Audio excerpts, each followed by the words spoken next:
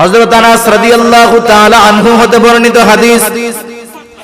কোন মানুষ যদি দুনিয়াতে এমন কোন জায়গায় কোন আমল করে,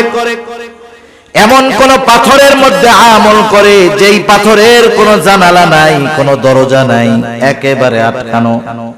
ওই পাথরের মধ্যেও কোন মানুষের যদি কোন আমল থাকে, কিয়ামতের দিন সেই আমল হাজির করবে কে? আল্লাহ তাআলা কোরআনুল কারীমের মধ্যে বলেন,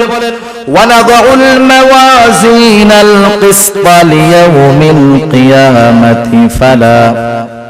তুযলামু নাফসুন শাইআ ওয়া ইন কানা মিসকালা হাববাতিন মিন খারদালিন আতাইনা বিহা ওয়া কাফা বিনা হাসিবিন। আল্লাহ তাআলা বলেন, আমি কিয়ামতের দিন ইনসাফের বিচারালয় কায়েম করব, ন্যায় বিচার